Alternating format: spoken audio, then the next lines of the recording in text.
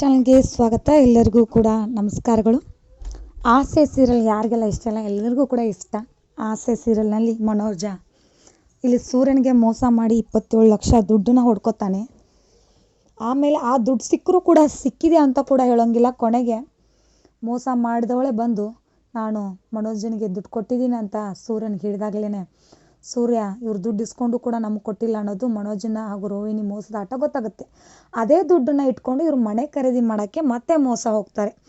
ಆ ಮನೆ ಖರೀದಿನೂ ಮಾಡೋಕ್ಕೆ ದುಡ್ಡು ಕೊಟ್ಟು ಮೋಸ ಹೋಗಿರ್ತಾರಲ್ಲ, ಆ ಮನೆ ಖರೀದಿ ಬೇರೆ ಮನೆಯವ್ರ ಸೊತ್ತನ್ನು ಇನ್ನೊಬ್ಬ ಇದು ನನ್ನ ಮನೆ ಅಂತ ಮಾರಿ ಅವ್ರಿಗೆ ಯಾಮಾರಿಸಿ ಹೋಗಿರ್ತಾನೆ. ಅವ ಇವತ್ತು ಸೂರ್ಯ ಮೀನನ ಕೈಗೆ ಸಿಕ್ಕಾಕೊಂಡಿದ್ದಾರೆ. ಸೂರ್ಯ ಮೀನ ಒಂದು ಮನೆ ಡೆಕೋರೇಷನ್ ಆರ್ಡ್ರ್ ಅಂತ ತೊಗೊಂಡಾಗ ಆ ಮನೆ ಅವ್ರದ್ದಾಗಿರುತ್ತೆ. ಅವ್ರ ಮನೆಗೆ ಇವರು ಡೆಕೋರೇಷನ್ ಮಾಡೋಕ್ಕಂತ ಬಂದಿರ್ತಾರೆ.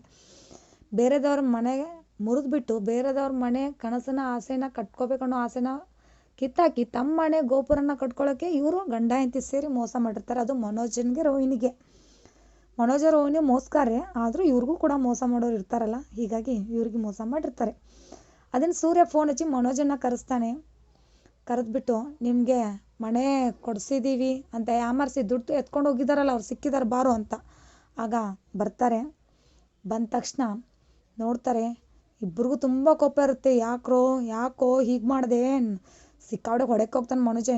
ನಮಗೆ ಮೋಸ ಮಾಡಿದ್ರೆ ನಮ್ಮ ದುಡ್ಡು ಎತ್ಕೊಂಡೋಗಿ ನಮ್ಮ ಮನೆ ಇತ್ತಂತ ಕೊಟ್ಬಿಟ್ಟು ಹಂಗೆ ಹಿಂಗೆ ಅಂತ ಹೇಳ್ಬಿಟ್ಟು ಸಿಕ್ಕಾಪಟ್ಟೆ ಹೊಡಿತಿರ್ತಾರೆ, ಬೈತಿರ್ತಾರೆ. ಆಗ ಇನ್ಸ್ಪೆಕ್ಟ್ರು ಕೂಡ ಆಲ್ರೆಡಿ ಕಾಲ್ ಮಾಡಿರ್ತಾರೆ ಸೂರ್ಯ ಅವರು, ಹೀಗೆ ಮೋಸ ಮಾಡೋರು, ದುಡ್ಡು ಬಂದರೆ ಸಾಕಾಗಿರುತ್ತೆ ಸೂರ್ಯನಿಗೆ. ಹೀಗಾಗಿ ಕಾಲ್ ಮಾಡಿ ಕರೆಸಿರ್ತಾರೆ. ಇಲ್ಲಿ ಮನೋಜ ರೋಹಿಣಿ ಕೂಡ ಸಿಕ್ಕಾಪಟ್ಟೆ ಹೊಡಿತಾರೆ. ಆಗ ಇನ್ಸ್ಪೆಕ್ಟ್ರ್ ಇದೆಲ್ಲ ನಾವು ವಿಚಾರಿಸ್ಕೊತೀವಿ, ಏನಿದ್ರು ಪೊಲೀಸ್ ಸ್ಟೇಷನ್ಗೆ ಬನ್ನಿ ಅಂತ ಹೇಳ್ಬಿಟ್ಟು ಅಲ್ಲಿಂದ ಅವ್ರನ್ನ ಎಳ್ಕೊಂಡು ಹೋಗ್ತಾರೆ. ಇವತ್ತಿನ ಎಪಿಸೋಡ್ ತುಂಬ ಅದ್ಭುತವಾಗಿದೆ, ಯಾಕಂದರೆ ಇದಕ್ಕೆಲ್ಲ ಹೆಲ್ಪ್ ಮಾಡಿದ್ದು ಸೂರ್ಯ.